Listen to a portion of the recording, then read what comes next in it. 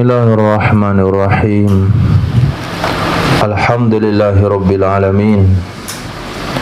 Wassalatu wassalamu ala sayyidina maulana Muhammadin sayyidil anbiya'i wal mursalin wa habibi rabbil alamin wa ala ashabil akramin wa ahli baitihi tahirin wa azwajit tahirati ummahatil mu'minin wa tabi'ina lahum bi ihsanin ila yaumiddin ma ba'da. Rabbi yassir wa la tu'assir, Rabbi tamim bil khair. Rabbana surah lana sudurana wa yassir lana umurana wa umural muslimin wahlul 'uqdatam min lisanina yafqahu qawlana. Bisanadina al-muttasili ila imami Ibni Majah rahimahullahu ta'ala wa qaddasallahu sirrahu wa adama nafa'a bi ulumi wa barakatihi wa nafahatihi wa madatihi wa karamati fid darini amin. Babu maja'a fi lailatin nisfi min Sya'ban. Bab membahas tentang hadis-hadis yang diriwayatkan dalam hal malam nisfu Sya'ban. Hadis. Bismillahirrahmanirrahim. وبه قال حدثنا حسن بن علي الخلال قال حدثنا عبد الرزاق قال أنبانا ابن أبي صبورة عن إبراهيم بن محمد عن معاوية بن عبد الله بن جعفر عن أبيه عن سيدنا علي بن أبي طالب رضي الله عنه قال رسول الله صلى الله عليه وسلم قال رسول الله صلى الله عليه وسلم إذا كان, apabila adalah Lailatun Nisfi, malam setengah dari bulan Sya'ban. Apabila tiba malam setengah dari bulan Sya'ban, malam hari yang besoknya 15 Sya'ban, fakumu lailaha, maka salatlah kalian pada malamnya, bangunlah kalian pada malamnya. Wasumu naharaha, puasalah kalian pada siang harinya. Puasalah kalian pada siang harinya. Fa innallaha, maka sesungguhnya Allah subhanahu wa ta'ala, yanzilu, turun ia Allah, fiha, padanya malam nisfu Sya'ban, li ghurubis syamsi, ketika tenggelamnya matahari. Li bermakna fi, pada saat tenggelam matahari. Kemana Allah turun pada malam itu? Ila sama'id dunia, ke langit dunia. Ke langit dunia. Dengan pemahaman ahli sunnah wal jamaah adalah Allah dekatkan rahmatnya ke langit dunia. Biasanya setiap malam hal itu terjadi di sepertiga malam akhir. Kalau setiap malam hal ini terjadi di sepertiga malam akhir, tapi di malam nisfu Sya'ban hal itu dari maghrib sudah berlaku. Fayaqulu, maka Allah subhanahu wa ta'ala berfirman, ala min mustaghfirin li fa'aghfirullah, adakah di antara orang-orang yang memintakan ampun, maaf, adakah dari orang-orang yang meminta ampun bagiku, artinya kepadaku, fa'aghfirullahu, maka aku akan mengampuni baginya. Ala mustarzikun, adakah orang-orang yang minta rezeki, fa'arzuqah, maka aku akan memberinya rezeki. Ala mubtalan, adakah orang-orang yang dapat cobaan, dapat bala bersifat penyakit, fa u'afiyah, maka aku akan menyembuhkannya. Ala kadza, adakah orang yang minta pelunasan hutang? Ala kadza, adakah yang minta jodoh? Ala kadza, sampai seluruh kebutuhan-kebutuhan manusia. Hal itu ditawarkan mulai dari maghrib hatta yatlu al-fajru, sampai terbit fajar. Ini dalil menghidupkan malam nisfu Sya'ban. Menghidupkan malam nisfu Sya'ban. Kalau sekiranya ada kelompok tertentu mengatakan tidak sunnah hukumnya, bisa saja. Kenapa bisa saja? Menurut penelitian yang dilakukan oleh Imam As-Sindi, hadis ini hanya diriwayatkan oleh Imam Ibnu Majah saja. Mungkin dia sudah baca Sahih Bukhari, mungkin dia sudah baca Sunan Abi Daud, Sunan Ibnu Majah, tapi kalau dia Sunan Ibnu Majah, Sunan Nasa'i, tapi kalau dia enggak baca Sunan Ibnu Majah, enggak jumpa hadis itu dia. Kalau begitu, kalau enggak jumpa, jangan bilang enggak ada, kecuali setelah Anda membaca sejuta kitab hadis. Khair. Jadi bukan enggak ada, tapi enggak jumpa. Jadi pada malam nisfu Sya'ban, amalan-amalan yang dibimbing oleh para ulama, dikatakan pada malam itu ditentukan kadar rezeki. Pada malam itu ditetapkan nasib hidup ke depan. Semua yang berlaku. Maka siapa yang meminta kebaikan, dibuatlah kebaikan. Itu adalah peribahasa atau pengalihan bahasa daripada permohonan-permohonan yang Allah tawarkan di sini. Kenapa ada penawaran yang banyak? Ala kaza wa kaza, ala kaza wa kaza. Apa hajatmu? Sakit gigi yang enggak sembuh-sembuh, laporkan pada malam nisfu Sya'ban. Sekarang bulan apa? Zulqa'dah, Zulhijjah, Muharram, Safar, Rabiul Awal, akhir. Setahun lagi lah, selama. Minta rezeki, minta kesembuhan, minta keamanan, minta pengampunan dosa. Allah tawarkan sampai subuh. Maka dari maghrib pun kita bikin amal, kita buat doa, itu sudah waktu istijabah. Nilainya sudah sama dengan sepertiga malam akhir pada malam-malam yang bukan nisfu Sya'ban. Hadis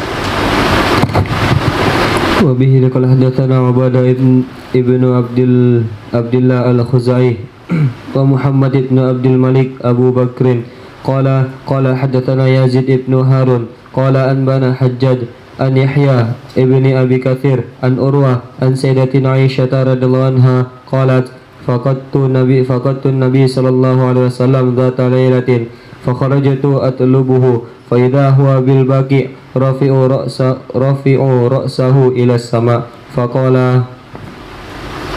Diriwayatkan dari Sayyidatina Aisyah radhiyallahu taala anha qalat, beliau berkata, faqadtu, aku kehilangan an-nabiyya, akan Nabi sallallahu alaihi wasallam, zata lailatin, pada suatu malam. Jika diraba, tinggal bantah orangnya kemana. Akhirnya kharajtu, aku keluar, atlubuhu, aku cari akannya Nabi. Fa idza huwa bil Baqi'. Ternyata dianya Nabi sallallahu alaihi wasallam ada di perkuburan Baqi', perkuburan dekat Madinah, dekat Masjid Madinah. Ketika saya jumpai, beliau sedang rafi'un ra'sahu, mengangkat kepalanya ke langit, sedang berdoa pada malam itu. Tidak biasanya Nabi ziarah kubur malam, tapi kalau malam nisfu Sa'ban, apapun amal dibuat pada malam itu, sampai amal yang enggak biasa pun bisa dibuat malam itu. Apalagi kalau hanya solat sunat, apalagi kalau hanya sekedar solat tasbih berjamaah, baca Yasin bersama, kata mereka enggak ada dalilnya.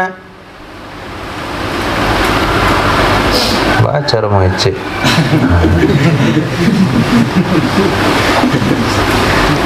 Sudah Nabi bilang di situ, dirikanlah malam nisfu Sa'ban. Dirikan. Walaupun makna dasar dirikan itu solat malam, tapi hadis yang lain kan ada cerita Nabi mengisi dengan ziarah kubur. Kamu mikir nggak sih ziarah kubur tuh kok malam? Malamnya kapan? Bukan awal malam setelah tidur.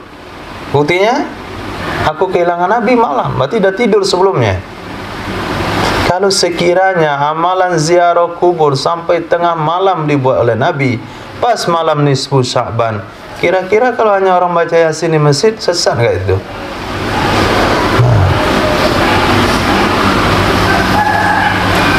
Jadi tolong kamu urusin yang di diskotik.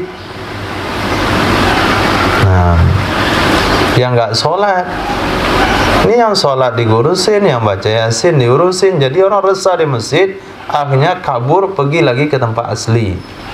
Katanya di masjid saya sesat aja, mendingan mabuk gak biasa lagi, jelas sesat. Ini masih khilafiyah sesat. Asbabnya orang lari dari amal, asbab fatwa yang menyimpang seperti itu, yang tidak bertanggung jawab, tapi tetap akan Anda pertanggungjawabkan di akhirat. Nah, lihat, Nabi sampai di Baqi', beliau mengangkat kepalanya ke langit, kemudian beliau merasa saya hadir. Faqala, maka Nabi SAW bersabda, hai Aisyah, akunti takhafina, apakah kamu khawatir ayyahifallahu alaiki, bahwa menzalimi, mencurangi oleh Allah di atasmu dan oleh Rasulnya?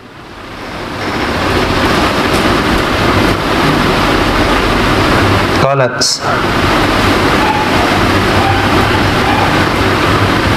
berkata ya Sayyidah Aisyah, qad qultu, sungguh pernah aku berkata begitu. Tadi memang kepikiran begitu. Nabi jangan ke rumah sebelah.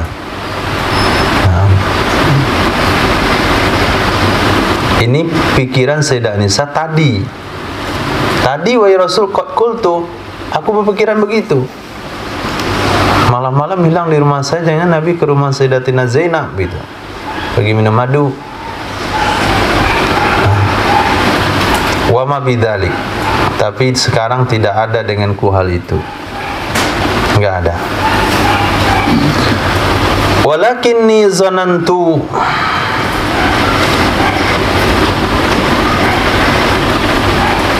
akan tetapi aku mengira, zanantu annaka ataita ba'da nisaika, sesungguhnya engkau mendatangi sebagian istri-istrimu yang lain. Itu perkiraan saya.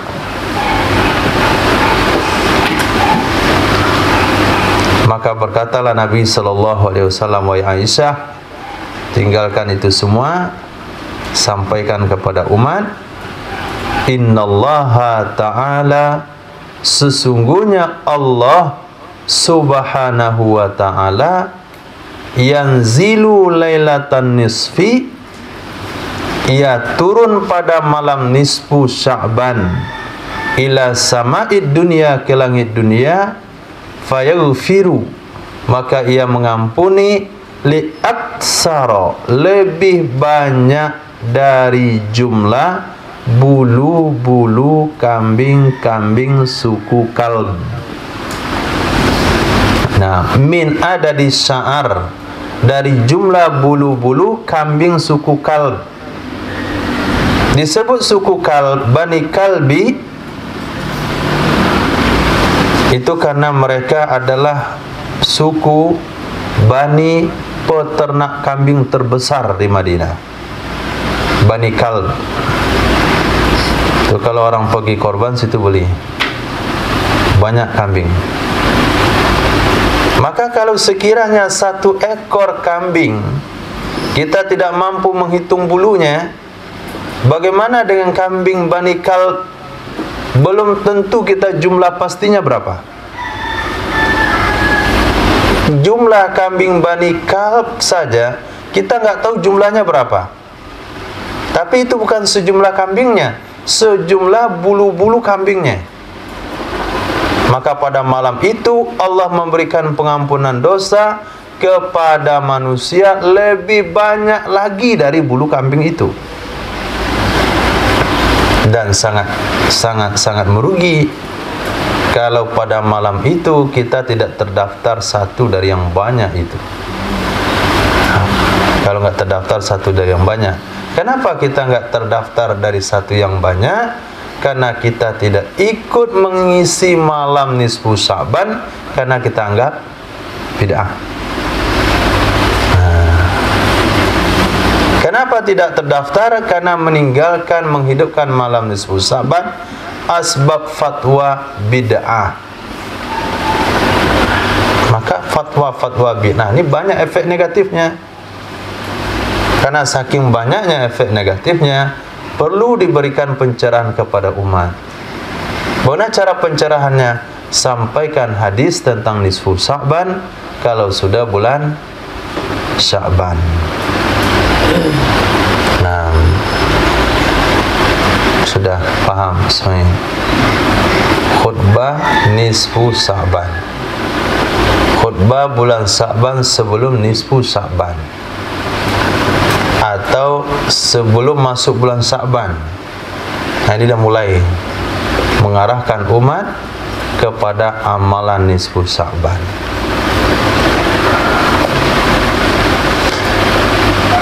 Sehingga kalau sekiranya setiap masjid dan langgar bermusyawarah untuk melakukan iktikaf bersama, ini paling puncaknya nih, iktikaf bersama di masjid dan musola pada malam nisfu Sya'ban, sekalian bawa makan sahur, atau panitia masjid menyediakan makan sahur untuk yang iktikaf pada malam nisfu Sya'ban.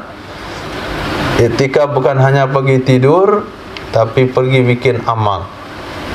Mulai dengan zikir munajat, dilanjutkan dengan solat tasbih, lepas tu solat tahajud, lepas tu baca Quran, lepas tu doa, kemudian sahur bersama. Besok sama-sama puasa nisfu Sya'ban. Kepada setiap langgar dan surau, maka akan ada perubahan dari umat. Apa perubahannya? Rezekinya lancar, karena Allah janji beri rezeki pada malam itu. Kesehatannya terjamin, karena Allah janji memberikan kesembuhan pada malam itu. Kemudian apa lagi? Dosanya diampuni, karena ada janji pengampunan dosa pada malam itu. Ya Karim, sudahlah amalan umat mulai menipis, hanya menghidupkan malam nisfu Sya'ban yasinan bersama. Tiba-tiba datang petir di siang hari, bid'ah. Langsung kabur orang-orang dari masjid.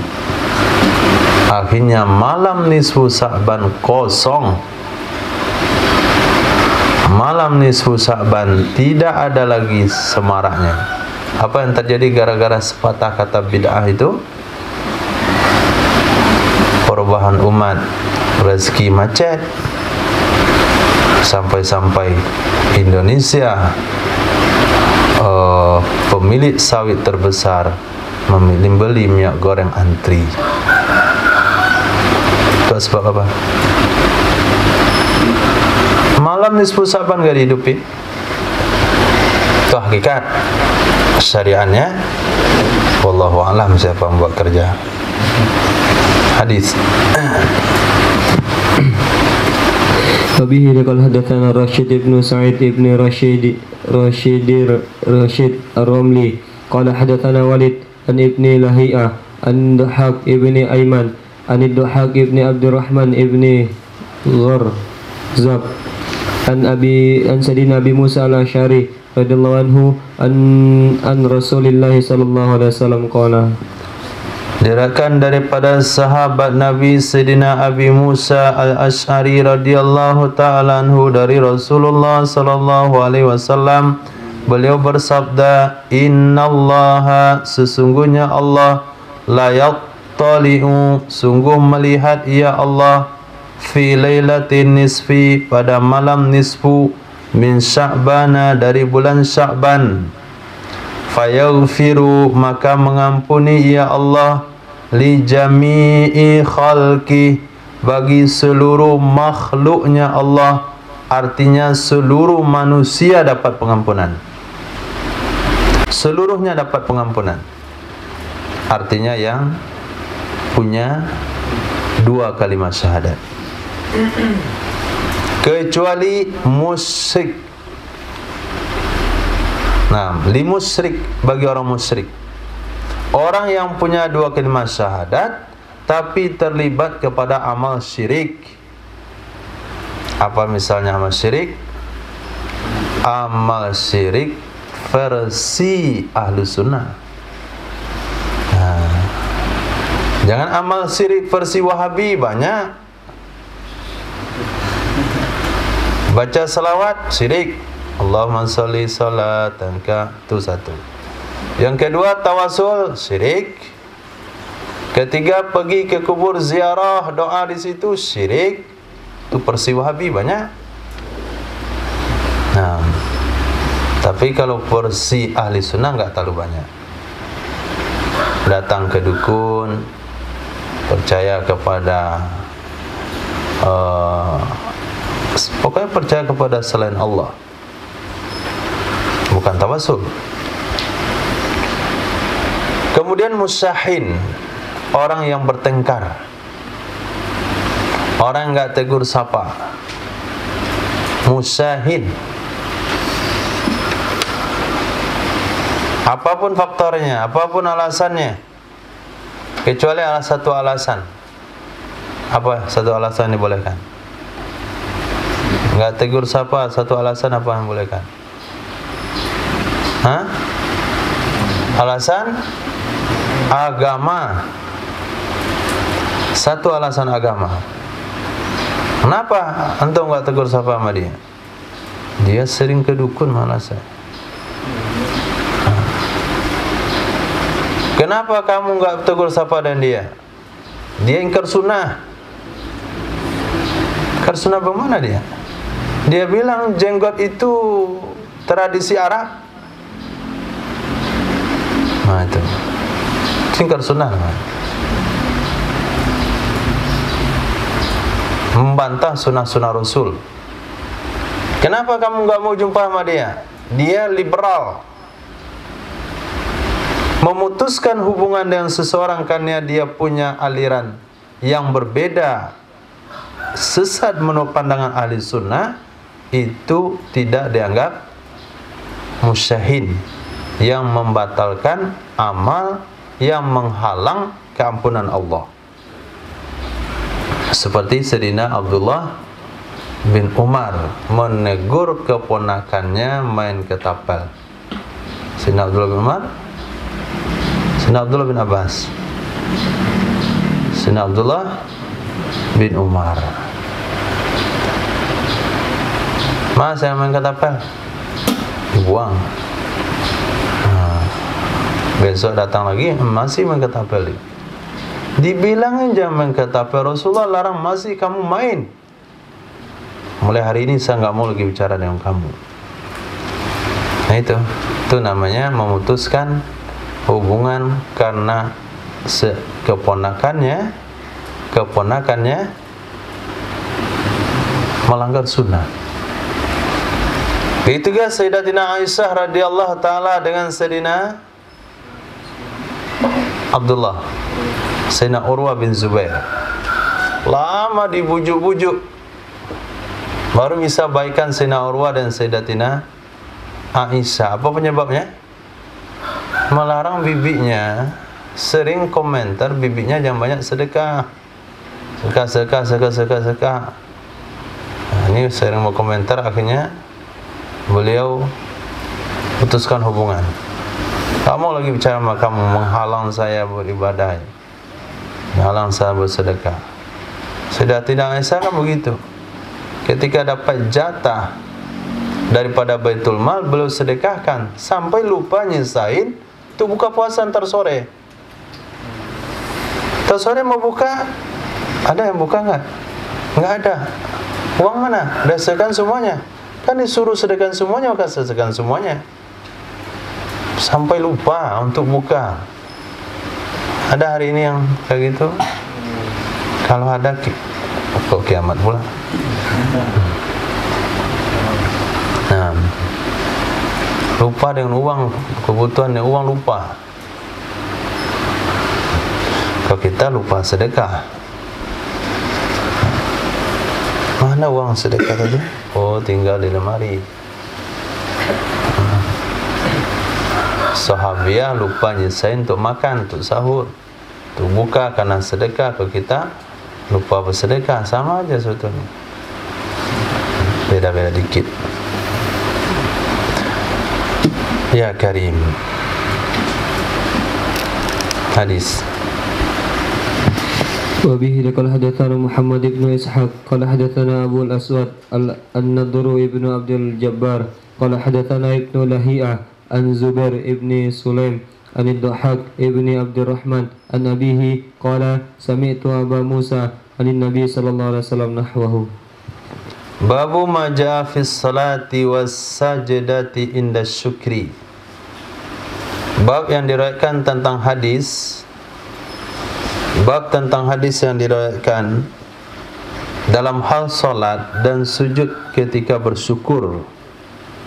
Sujud syukur, salat syukur. Naam. وبه قال حدثنا أبو بشر بكر ابن خلاف قال حدثنا سلامة ابن رجاء قال حدثتني شعثاء عن عبد الله ابن أبي أوفى أن رسول الله صلى الله عليه وسلم صلى يوم البشرى برأس أبي جهل ركعتين.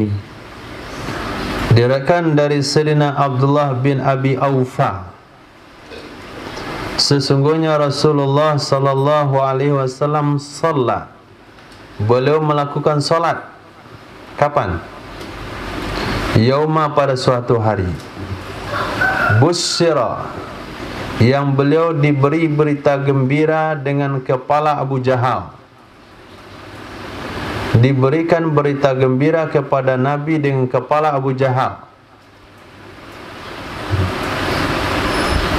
Siapa yang bunuh Abu Jahal?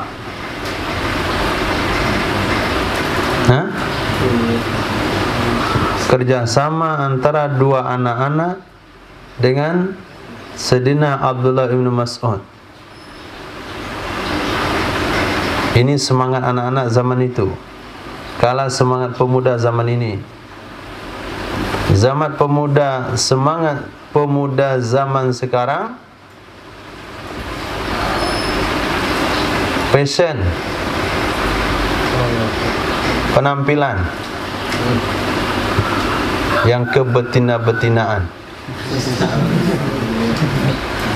Nah, semangat anak-anak di zaman itu Abu Jahal tu sering ngejek-ngejek Nabi? Ya. Kata Sayyidina Abdullah bin Mas'ud, aduhai kalau sekiranya kiri dan kanan saya orang-orang dewasa. Sayyidina Umar, Sayyidina Abdullah bin Mas'ud, Sayyidina Umar, Sayyidina Ali. Tak tahu sejarah. Astagfirullah, saya sering lupa dengan nama. Salah seorang sahabat lah yang disebut namanya, tak salah lagi. Satu sahabat dalam sebuah perperangan Badar atau Uhud? Badar. Kemudian dilihat di sampingnya anak kecil dua. Wahai paman, tunjukkan kepada saya mana Abu Jahal. Apa urusan kamu dengan Abu Jahal? Saya dengar dia sering ngejek-ngejek Nabi. Masa bunuh dia. Bila sebelah kiri ketek, kanan ketek. Kalaulah orang dewasa samping saya tentu lebih gampang. Anak kecil dua. Anak kecil tu berkongsi kerjasama dia. Satu memotong kaki kudanya Abu Jahal, satu atau kedua-duanya memotong kaki kuda Abu Jahal dan melukai Abu Jahal. Mati gara-gara anak kecil dua orang. Datang lagi Sayyidina Abdullah bin Mas'ud, naik dia di atas dada Abu Jahal. Abu Jahal tu mati pun kagum ni. Dapat satu kekaguman. Dulu ini orang Abdullah bin Mas'ud dibilang pengembala kambing yang kecil. Kakinya kecil sekali. Sebesar lengan antum tu betisnya. Tapi naik di dada Abu Jahal. Kamu ada pada tempat posisi yang tidak ada satupun yang mampu menaikinya. Akhirnya ditaruh pedang, tekan dia. Susah ya nekan membunuh itu. Kemudian datang satu sahabat lagi, dipenggal kepalanya, dibawakan ke hadapan Nabi. Busyira bi ra'si Abi Jahal. Itu maknanya. Diberikan berita gembira kepada Nabi, Abu Jahal sudah mati, ini kepalanya. Waktu itu Nabi salat syukur 2 rakaat. Jadi ada sujud syukur, ada salat syukur. Kalau sujud syukur itu mungkin nikmatnya enggak terlalu besar. Tapi kalau nikmat yang sangat besar sekali, tidak cukup dengan sujud syukur, perlu kepada salat syukur. Apa nikmat paling besar? Adanya fasilitas 10 hektar dengan pembangunan 10 triliun. Langsung kita solat syukur 3 hari 3 malam. Dalam seharinya 1 jam kurang 45 menit.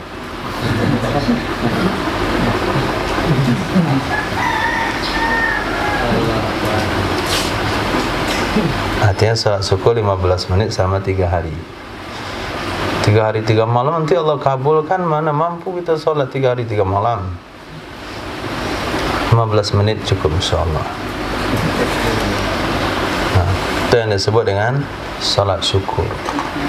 Nikmat yang sangat besar, yang enggak kebayang adanya. Maka kita melakukan solat, bukti syukur kepada Allah Subhanahu wa ta'ala. Hadis. Wabihi qala hadatsana Yahya ibn Uthman ibn Salih al-Misri qala anbana abi qala anbana ibnu Lahi'ah an Yazid ibn Abi Habib an Amri ibn al-Walid ibn Abdah as-Sahmi an Sayyidina Anas ibn Malik radhiyallahu anhu anna Nabi sallallahu alaihi wasallam busyira bihajatin fakharra sajidan. Diriwayatkan dari sahabat Nabi Sayyidina Anas ibn Malik radhiyallahu taala anhu, sesungguhnya Nabi sallallahu alaihi wasallam busyira, diberikan berita gembira atau diberitakan gembira, diberi berita gembira dengan hajat yang dikabulkan oleh Allah Subhanahu wa taala. Fakharra, maka Nabi tersungkur dalam keadaan sujud. Ini dalil sujud syukur. Nah, وبه قال حدثنا محمد بن يحيى قال حدثنا عبد الرزاق عن معمر عن الزهري عن عبد الرحمن بن كعب سيدنا كعب بن مالك عن أبيه قال لما تاب الله عليه خر ساجدا. Diriwayatkan daripada Abdurrahman putra Sayyidina Ka'ab bin Malik dari ayah beliau sendiri Sayyidina Ka'ab bin Malik. Sayyidina Ka'ab berkata, lamma taballahu, tatkala menerima taubat oleh Allah Subhanahu wa taala atas Sayyidina Ka'ab bin Malik, kharra sajidan, beliau tersungkur dalam keadaan sujud.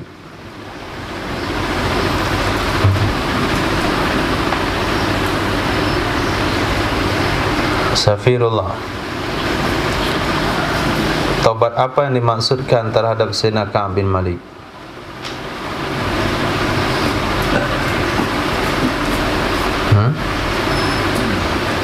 Tatkala Allah menerima taubatnya Sayyidina Ka'ab bin Malik, taubat apa yang dimaksudkan di situ? Dosa apa yang beliau lakukan?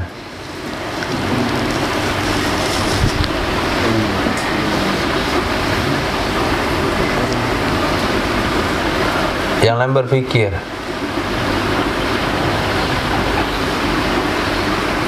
Sedang terfikirkan?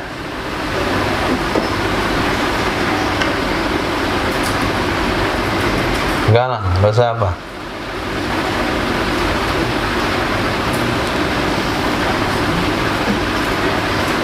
Nabil, dosa apa? Nggak tahu. Rizki, perang apa?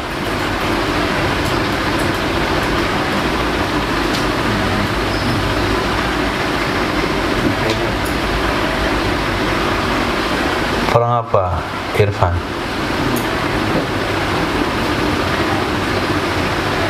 Perang nggak ada. Perang apa, Zahra? Kapan terjadinya? 9. Kapan? 9. Di mana terjadi perang Tabuk? Ya di Tabuk. Masa perang Uhud di Tabuk? Ya perang Tabuk di Tabuk, perang Uhud di Uhud, perang Badar di Badar. Nah, Bandung Lautan Api di Bandung, jadi Jakarta. Di mana terjadinya Bandung Lautan Api? Di Jogja. Nah, jelas Bandung Lautan Api ya Bandung. Insyaallah. Tapi kenapa antum menjawabnya berpikir ya?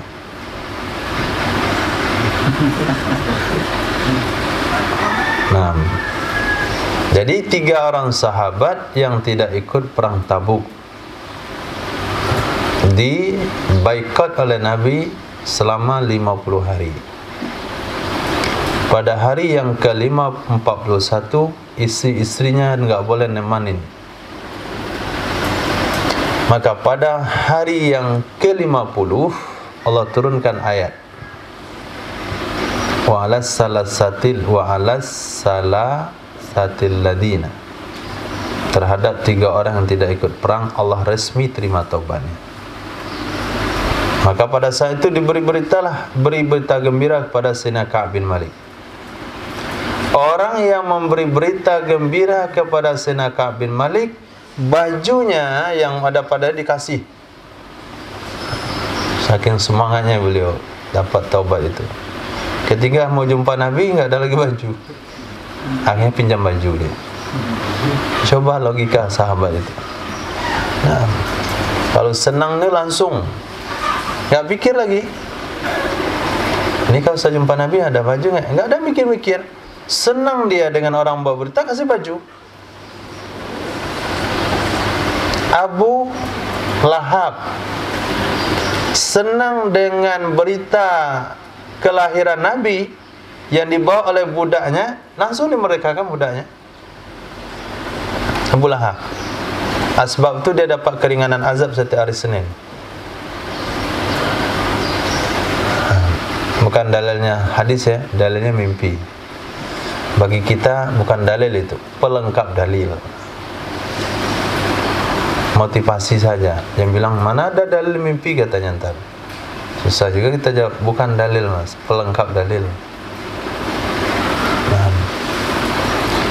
Jadi ketika Sayyidina Ka'ab bin Malik diberitakan oleh kawannya tentang taubatnya diterima oleh seseorang yang tidak disebut namanya, langsung dia berikan pakaian yang ada di badan dia pinjam baju, kemudian dia jumpa dengan Nabi. Ketika beliau masuk masjid, semua sahabat duduk, tapi ada satu sahabat berdiri menyambut kedatangan dia. Selamat, yang lain duduk aja. Maka kata dia, itu adalah sahabat yang paling saya cintai, karena dia memberikan sambutan yang khas, yang beda. Nah, dan beliau melakukan sujud syukur. Jadi salah satu yang dilakukan oleh Sayyidina Ka'ab bin Malik adalah sujud syukur. Sebetulnya banyak bentuk syukur yang beliau lakukan. Di antaranya juga beliau telah memberikan harta yang menyebabkan dia mendapatkan teguran dari Allah Subhanahu wa taala. Harta itu pun dibagikan. Kamu ya yang membuat saya menderita 50 hari di boikot oleh Nabi begini, saya sumbangkan kamu di jalan Allah. Itu.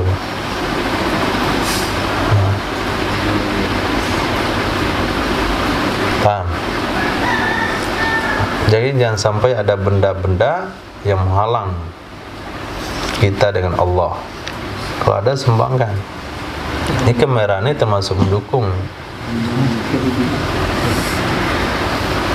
Nah, dia ikut kerjasama dia. Hadis. وبه قال حدثنا عبادة بن عبد الله الخزاعي وأحمد بن يوسف السلمي قال حدثنا أبو عاصم عن بكر بن عبد العزيز عن عزيز بن عبد الله بن أبي بكر عن أبيه عن سيدنا أبي بكر أن النبي صلى الله عليه وسلم كان إذا آتاه أمر يسره أو بشر به خر ساجدا شكرا لله تبارك وتعالى. Diriwayatkan dari Sayyidina Abi Bakrah radhiyallahu an, sesungguhnya Nabi sallallahu alaihi wasallam kana, ada ya Sayyidina Nabi sallallahu alaihi wasallam, idza atahu, apabila datang berita kepadanya Nabi, amrun, oleh satu perkara, yasurruhu, yang menyenangkan ia perkara akannya Nabi, atau riwayatnya yusarru bihi, bagai bina majhul, yang disenangkan dengannya Nabi. Kharra sajidan, tersungkur ia Nabi hakadan sujud, syukran lillah tabaraka wa ta'ala, syukur kepada Allah yang maha agung dan maha tinggi.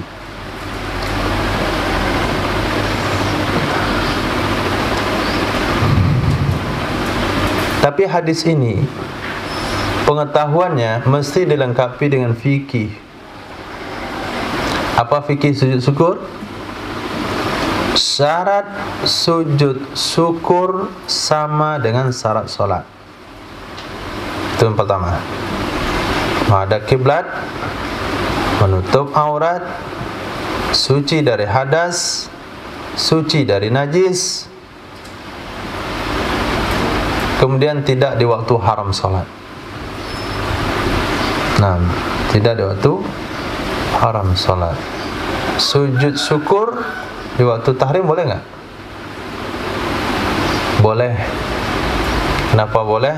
Karena asbabnya dulu. Berarti boleh. Yang enggak boleh adalah di dalam salat enggak boleh sujud syukur. Rukunnya pertama takbiratul ihram, niat sujud syukur. Yang kedua sujud. Yang ketiga bangkit dari sujud. Yang keempat salam. Yang kelima tertib. Itu tiga rukun sujud tilawah. Niat, sujud. Kalau sujud saja nggak bangkit nggak sah. Salam dia sambil sujud nggak sah. Bangkit dulu. Rukun ketiga, salam, assalamualaikum warahmatullah sekali. Kemudian tertib. Jangan ikut-ikutan sujud syukur sembarangan. Oh, gol. Langsung sujud syukur. Itu sujud syukur nggak belajar fikih. Tapi kalau sengaja dan tahu hukumnya haram. Tapi kalau dia nggak tahu, kita pun senang lihatnya. Daripada dia keluarkan kalungnya,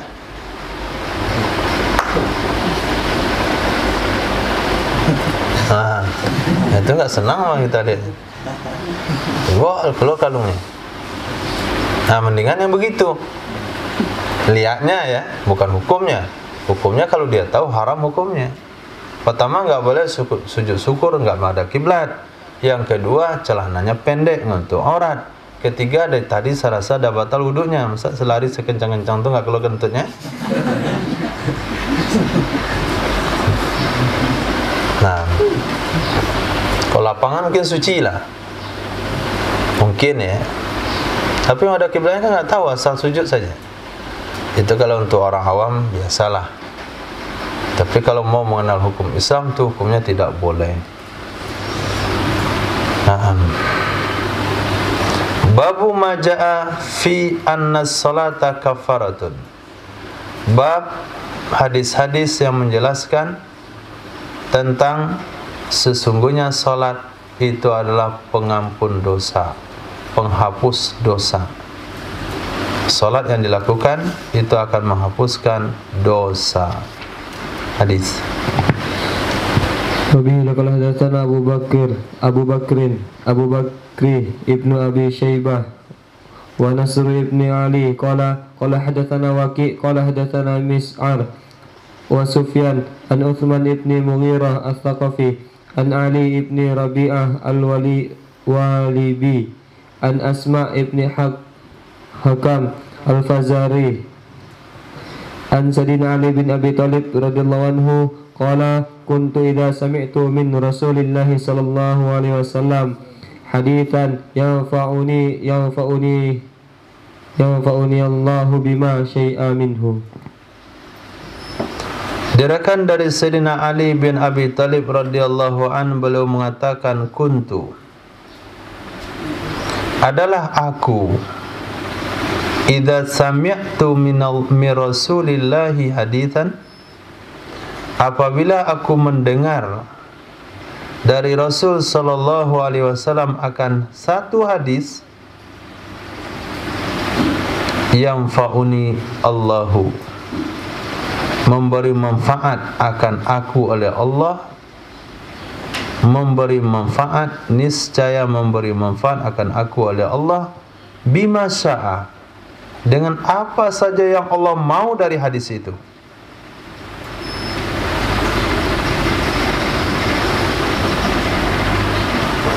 Jadi kalau saya dengar hadis langsung dari Rasulullah, maka banyak manfaat-manfaat yang Allah berikan kepada saya dari hadis itu.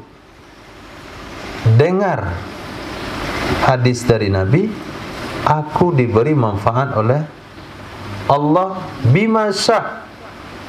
Bima syaa itu jumlah atau sesuatu yang tidak terbatas. Ini kesan dengar hadis. Nah, dengar hadis. Ketika seorang buat taklim lalu dengarkan hadis, ada taklim dengarkan hadis. Ketika dengar hadis, Allah memberi manfaat kepadaku masya.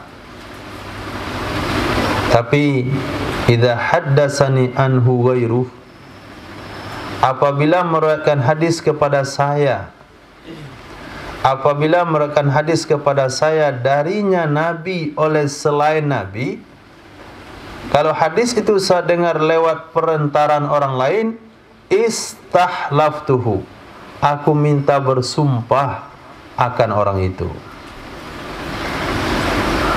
Ini saya dengar hadis daripada Nabi. Coba kamu sumpah, kamu dengar hadis. Fa idza halafa sadaqtuhu, apabila dia bersumpah maka aku benarkan dia. Kalau dia mau bersumpah, aku benarkan dia, aku anggap dia benar. Tapi sesungguhnya Abu Bakar haddatsani wa sadaqa Abu Bakri. Sesungguhnya Abu Bakar meriwayatkan hadis kepada saya dan benarlah Abu Bakar. Itu enggak perlu sumpah itu. Nah, jadi yang dicurigai itu yang patut dicurigai. Sayyidina Abu Bakar. Sayyidina Abu Bakar. Enggak perlu dicurigai. Kata Sayyidina Ali, kalau Abu Bakar meriwayatkan, itu dah pasti benar Abu Bakar. Saya enggak minta dia bersumpah. Jadi kadangkala kecurigaan itu ada, kadang-kadang bukan pada tempatnya. Bayar pajak motor. Nah, orang nitip, ini STNK-nya, ini surat pajaknya, ini nota pembeliannya, ini KTP-nya. Enggak begitu. Mana surat kuasanya, Pak? Surat kuasanya. Ketika dia tanya surat kuasanya, berarti dia curiga, ini orang nyuri nih. Motornya dicuri, STNK-nya dicuri, nota pembeliannya dicuri, KTP-nya dicuri. Masa bisa mencuri semuanya itu? Nah, itu namanya kecurigaan yang enggak bertempat. Bisa pakai peci, pakai tato, bisa lah kan? Ada agak tempatnya dikit. Tapi karena orangnya tekstual kayaknya, itu yang tertulis segitulah. Nah, itu sebuah keanehan. Kalau lah betul orang membayar pajak dengan motor curian yang dia bayar pajak, nggak mungkin lah STNK-nya ada. Kalau STNK-nya ada, masa dengan KTP orangnya ada? KTP-nya mungkin dicuri juga, masa nota pembayarannya juga ada? Aneh. Nggak bayar nggak lah? Kamu terima uang sudah. Nah, itu bahasa. Sayyidina Ali radhiyallahu anhu, kalau orang lain meriwayatkan hadis sesuruh dia bersumpah. Kalau Abu Bakar itu apa disuruh bersumpah? Shadaqah Abu Bakar. Enggak ada tempat kecurigaan di situ. Curiga memang harus curigai, tapi ada tempatnya, Mas. Masa antum masih curiga dengan orang pergi sholat jamaah ke masjid dia ahli neraka? Hah? Masa orang mencintai Nabi kamu curigai di syirik, di neraka? Nggak punya tempat. Kok kemana lagi nih? Sama konsepnya, tekstual. Bapak ini tekstual dengan aturan pajak, dan bapak ini tekstual dengan sunnah dengan hadis Nabi. Hasilnya sama jadinya, curiga. Qala Rasulullah sallallahu alaihi wasallam, ma min rajulin, tidaklah dari seorang laki-laki, disebut laki-laki perempuan masuk, yang kecewa, laki-laki aja disebut perempuan enggak ada. Itu namanya taglib. Hukum disebut laki-laki masuk perempuan. Tidaklah dari seorang laki-laki, maka kalau diterjemahkan umum, tidaklah dari seseorang yuznibu dzamban, yang ia melakukan satu dosa. Dia melakukan satu dosa. Fayatawaddau, lalu dia berwudu.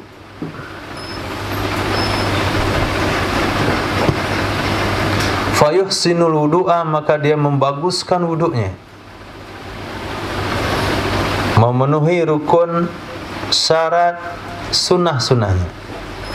Summa yusalli raka'ataini, kemudian dia salat 2 rakaat. Berkata Imam Mish'ar, summa yusalli, kemudian dia solat. Tidak ada rakaatainya. Itu perbedaan riwayatnya. Setelah solat dia membaca istighfar. Wa astaghfirullah. Illa ghafarallahu la, melainkan mengampuni oleh Allah Subhanahu wa taala bagi orang tersebut. Ini salat apa dah ni? Salat taubat. Selesai buat dosa, wuduk. Buat wuduk semaksimal mungkin, mulai pada siwak, mencuci dua telapak tangan, istinsyak, kemudian kumur-kumur, menyelang-nyelangi anggota tubuh, anggota wuduk, menggosok-gosoknya, menyapu seluruh kepala, doa selesai wuduk menghadap ke arah kiblat, kemudian lakukan solat 2 rakaat penuh dan penyesalan atas dosa yang dilakukan, kemudian setelahnya diiri dengan istighfar. Astaghfirullahaladzim, astaghfirullahaladzim, astaghfirullahaladzim. Minggu lalu di Maroko, imam masjid, imam tetap masjid menyampaikan khutbah Jumat.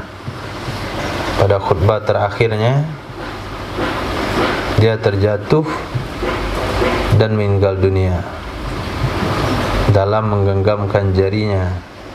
Asyhadu an la ilaha illallah, asyhadu an la ilaha illallah. Mati dia.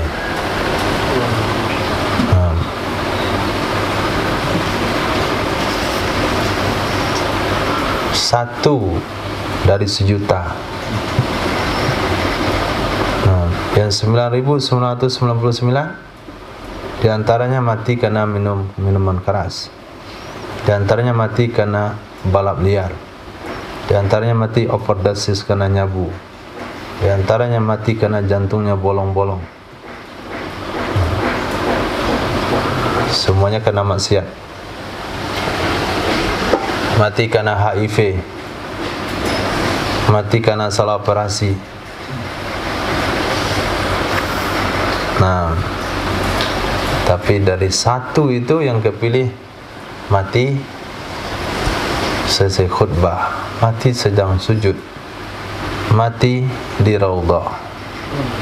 Allahumma ja'alna minhum. Kapannya lama lah ya Allah, kalau kapannya, tapi begitu caranya. Waktunya minta lama lagi, tapi caranya mintanya begitu. Nah, hadis. Wabihi lakal hadatsana Muhammad ibn Rum qala anbana Laits ibn Sa'd an Abi Zubair an Sufyan ibn Abdullah adhunnuhu an Asim bin Sufyan al-Thaqafi annahum ghazwata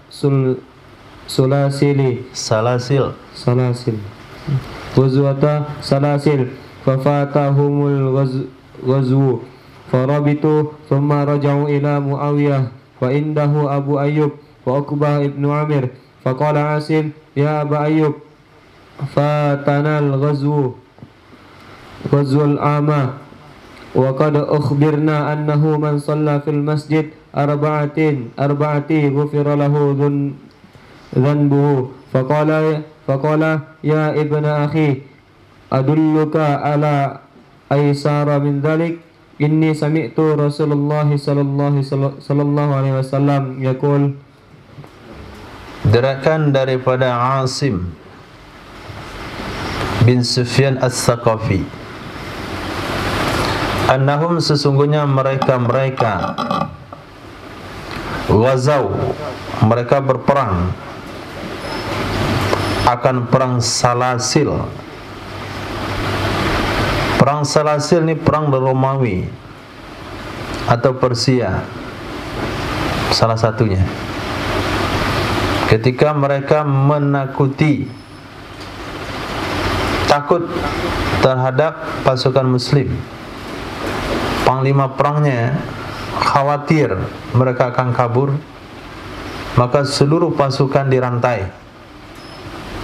Salasil artinya rantai, berantai seluruhnya supaya enggak ikut dalam perang Salasil tersebut.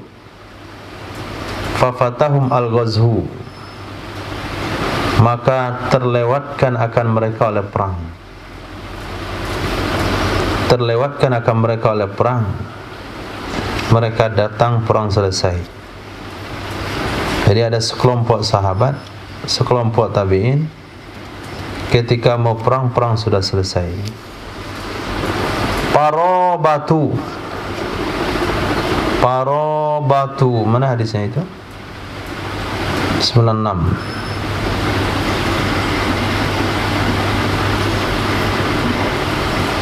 Robatu,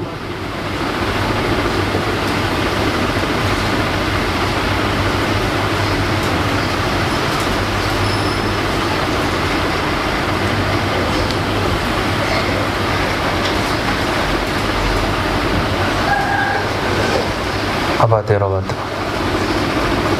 Ribot.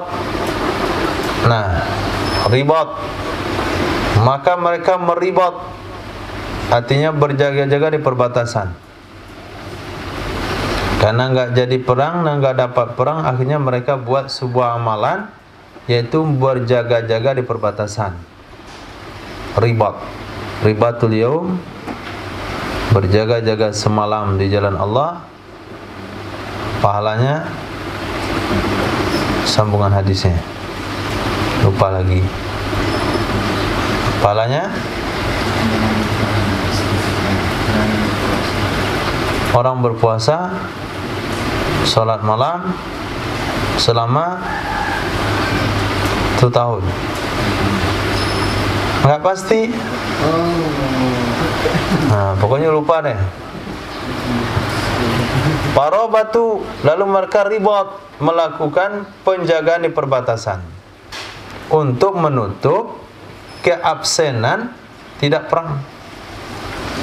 Kemudian raja'u, mereka kembali kepada Sayyidina Muawiyah bin Abi Sufyan, kelompok yang membantu perang Salasil tadi yang enggak jadi perang.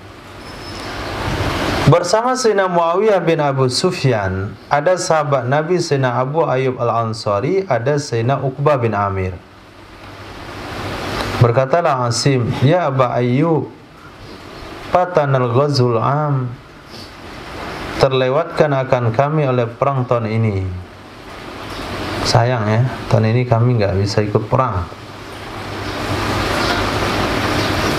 Wa qad ukhbirna, dan sungguh diberitahukan kepada kami, annahu, sesungguhnya, man shalla, siapa saja yang solat, fil masajidil arba'ah, pada masjid-masjid yang 4, Masjidil Haram, Madinah, Aqsa, Kuba, 4 masjid. Madinah, Makkah, Madinah, Aqsa, Kuba. Ghufira lahu zambuh, maka diampuni baginya dosanya. Jadi kayaknya menutupi dosa kami ini karena terlambat ikut perang, kami mesti ziarah ke 4 masjid. Jadi setelah perang khurud ke 4 masjid. Itu bernama khurud. Ya, itu kan khurud itu perang. Kalau khurud perang, maka bawa pedang, bukan kompor. Faqala, maka berkata ia Sayyidina Abu Ayyub Al-Ansari, ya ibna akhi, wahai keponakanku, aduluka ala aisara min dhalik, maukah saya tunjuki kamu di atas yang lebih mudah dari itu? Sesungguhnya aku pernah mendengar Rasul sallallahu alaihi wasallam bersabda, man tawadda'a kama umira, siapa saja yang berwudu sebagaimana yang diperintahkan, wa shalla kama umira, dan dia salat sebagaimana yang diperintahkan, ghufira lahu ma taqaddama min amal, niscaya diampunkan baginya apa saja yang telah terdahulu dari amal maksudnya adalah dosa. Akazalika ya Uqbah, bukankah seperti itu wahai Uqbah? Perkataan Sayyidina Abu Ayyub Ansari kepada kawannya, sahabat Nabi juga, Sayyidina Uqbah bin Amir. Apa kata Sayyidina Uqbah? Naam, betul. Berarti hadis ini diriwayatkan oleh dua orang sahabat dengan adanya persetujuan daripada Sayyidina Uqbah bin Amir. Maka kalau kita dari ringkasnya tanpa menyebutkan asbabul wurul hadis, maka dibuatlah an Sayyidina Abi Ayyub wa Ansari wa Uqbah bin Amir radhiyallahu ta'ala anhuma qala Rasulullah sallallahu alaihi wasallam, man tawadda'a kama umira wa man shalla kama umira ghufira lahu ma taqaddama min amal. Hadis. وبه لقد حدثنا عبد الله بن أبي زياد قال حدثنا يعقوب ابن إبراهيم ابن سعد قال حدثني ابن أخي ابن شهاب عن عمه قال حدثني صالح ابن عبد الله ابن أبي فروة أن عامر ابن سعيد أخبره قال سمعت أبانا ابن عثمان يقول قال عثمان سمعت رسول الله صلى الله عليه وسلم يقول sallallahu alaihi wasallam, sesungguhnya Sayyidina Amir bin Sa'ad memberitahukan kepada Salih bin Abdullah bin Abi Farwah. Kata Sayyidina Amir bin Sa'ad, aku pernah mendengar sahabat Nabi yang bernama Aban bin Uthman. Ia mengatakan, berkatalah Utsman, Sayyidina Utsman radhiyallahu an, aku mendengar Rasul sallallahu alaihi wasallam bersabda, ara'aita, apa pendapat kalian? Lau kana fi fina'i ahadikum, jikalau terdapat di halaman rumah salah seorang kalian, jikalau terdapat di halaman rumah salah seorang kalian nahrun, satu sungai, yajri, yang mengalir. Ada sungai tapi enggak ngalir, kemarau panjang, itu enggak bagus airnya. Ada juga sungai ada airnya tapi enggak ngalir, tersumbat sampah. Ini sungai yang mengalir. Artinya kalau dikatakan sungai mengalir, airnya itu bersih. Yaghtasilu fihi, dia mandi ke dalam sungai itu, kulla yaumin, setiap hari, 5 marat, 5 kali. Maka yabqa min daroni, apakah masih ada tersisa dari dakinya? Ma itu istifham.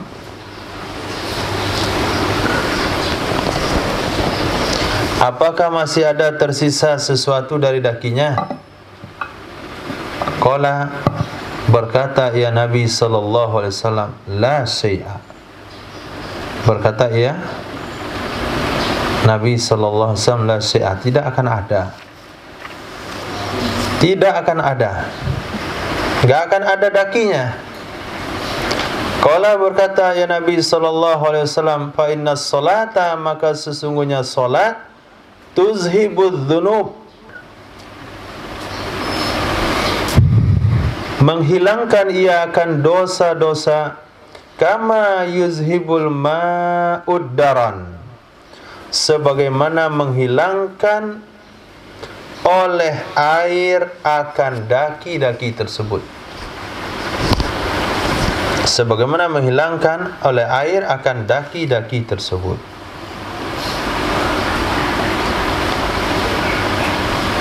Maka orang yang menjaga salat 5 waktu, maka tidak ada dosa-dosa kecil. Dosa besar tetap kalau dia enggak tobat, tapi dosa kecilnya tidak ada. Hadis. وبه قال حدثنا سفيان بن وكيع قال حدثنا إسماعيل بن علية عن سليمان التيمي عن أبي عثمان النهدي عن عبد الله بن مسعود أن رجلا أصاب من امرأته يعني ما دون الفاحشة فلا أدري ما بلغ غير أنه دون الزنا فأتى النبي صلى الله عليه وسلم فذكر ذلك له فأنزل الله سبحانه. Naam. Diriwayatkan dari Sayyidina Abdullah bin Mas'ud radhiyallahu anna rajulan, sesungguhnya seorang laki-laki. Ini betul laki-laki ini. Bukan seseorang artinya di situ. Karena ada kalimat rajul yang diartikan seseorang karena maknanya am, ada rajul yang bermakna kepada satu orang yang tunggal. Anna rajulan, sesungguhnya seorang laki-laki asoba, dia terlibat dosa, min imra'atin, dari seorang wanita. Dia terlibat dosa dari seorang wanita, yakni maksudnya madunal fahisha, dosa yang selain fahisha. Dosa selain fahisha, bukan zina, pokoknya selain dari itu. Fala adri ma balag, maka saya enggak tahu ma balagha, apa yang telah sampai. Maka saya tidak tahu apa yang telah sampai. Maksudnya telah sampai seperti apa dosanya, saya enggak tahu. Ghairu annahu dunazina, selain sesungguhnya dosa bukan zina. Bukan zina. Dalam riwayat yang lain dijelaskan itu adalah dosa mencium.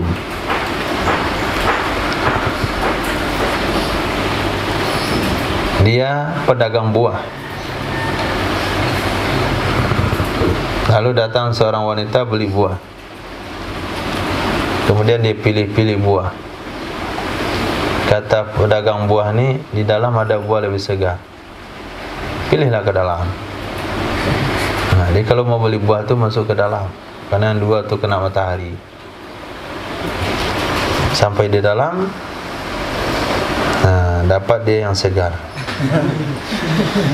Nah, terlibatlah sahabat itu mencium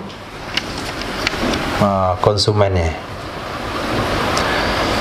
Maka dia datang kepada Nabi sallallahu alaihi wasallam. Fazakara zalika lahu, dia sebutkan hal itu kepada Nabi, ya Rasul, saya sudah binasa. Saya sudah buat dosa. Tolong sucikan saya. Tolong bersihkan. Maka komentar para ulama, semua yang berlaku pada diri sahabat, dosa kecil, dosa besar, itu tidak menurunkan derajat sahabat. Itu satu perlu dipahami. Yang kedua, sahabat itu adalah dipilih oleh Allah Subhanahu wa taala, dibuat sebagai sampel untuk penyelesaian setiap kasus.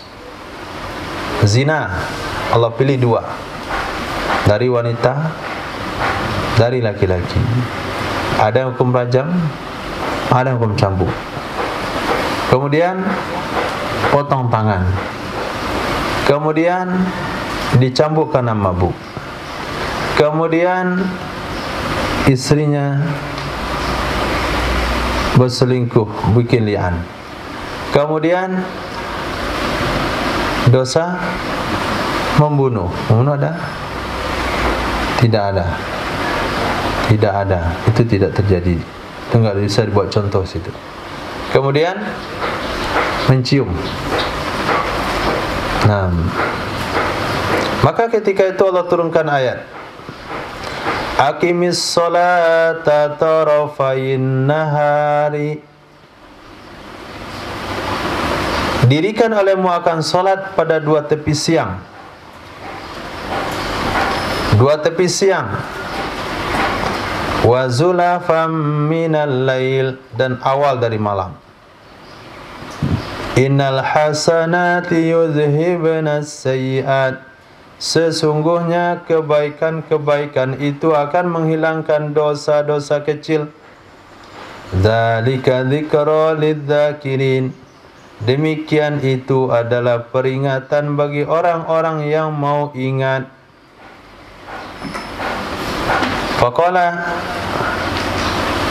maka berkata ia laki-laki, ya Rasulullah, ila hadhi ali hadhi, apakah untuk saya ini ayat? Qala, Nabi sallallahu alaihi wasallam bersabda, tidak untuk kamu doang. Liman akhadza biha, bagi siapa saja yang terlibat dengannya. Bagi siapa saja, bukan bagi kamu doang. Maka karena itu termasuk dosa yang tidak ada hukuman hadnya, maka langsung saja dengan proses taubat. Maka dikatakan itu bukan zina. Kalau zina ada hukuman hadnya. Katakan ada pengampunan dosa. Siapa yang telah ditegakkan di atasnya hukuman had, maka Allah akan hapuskan dosanya ketika dia melakukan hukuman itu ikhlas karena Allah. Tapi bagi dosa yang tidak ada hukum hadnya, bagaimana? Maka caranya adalah melakukan sholat. Hati-hati dengan ayat ini. Bukan yang ayatnya hati-hati, tapi dengan pemahaman liberal atas ayat ini. Akhir-akhir ini muncul juga. Katanya sholat 5 waktu itu enggak ada. Yang ada di Quran sholat 3 waktu saja. Tarafain nahar, subuh dan asar. Wa zulafam minal lail, maghrib. Nah, subuh, asar, maghrib. Zuhur enggak ada katanya. Enggak ada di Quran. Isya juga enggak ada. Nah, itu taksi liberal.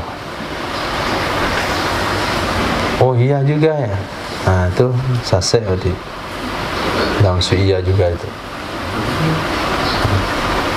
Sudah jelas bahasanya perlu berpegang kepada Quran. Penjelasan Quran berpegang kepada hadis Nabi. Hadis Nabi mengatakan khamsu salawatin katabahunnallahu lakum. Nah, kamu enggak dengar hadis itu? Maka jangan menafsirkan ayat pakai otakmu, pakai hadis Nabi sallallahu alaihi wasallam. Muncul orang-orang terdepan, master-master agama, dosen-dosen bidang agama yang ngomong begitu. Kira-kira bagaimana mahasiswa-mahasiswa yang tamat sanawiyah yang malas sholat tuh? Cocok ini. Pengajian gitu yang suka saya mau nih. Salat 3 waktu. Tarang mudah-mudahan ada dosen lagi yang bilang enggak ada salat subuh. Oh, lebih asik lagi. Oh, naik pada makam yang tinggi lagi. Salat itu penting ingat Allah. Aqimis sholata li dzikri. Tegakkanlah salat untuk mengingat aku. Kalau bisa ingat tanpa salat, untuk apa salat?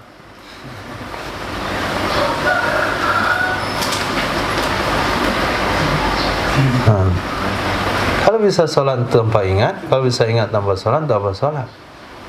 Logika dong. Kalau perlu padi, bisa dapat padi tanpa ke sawah, untuk apa ke sawah? Orang bodoh itu. Sudah bisa dapat padi tanpa ke sawah, masih ke sawah.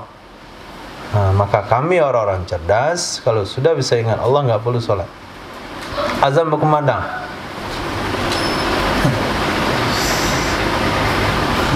Dah. Asar. Dah. Mantap pula argumen bapak itu dari ayat Al-Quran. Banyak lagi pengikutnya. Semuanya setuju. Kenapa? Sesuai dengan hawa nafsu. Tapi ketika dia melihat hadis, baru sadar.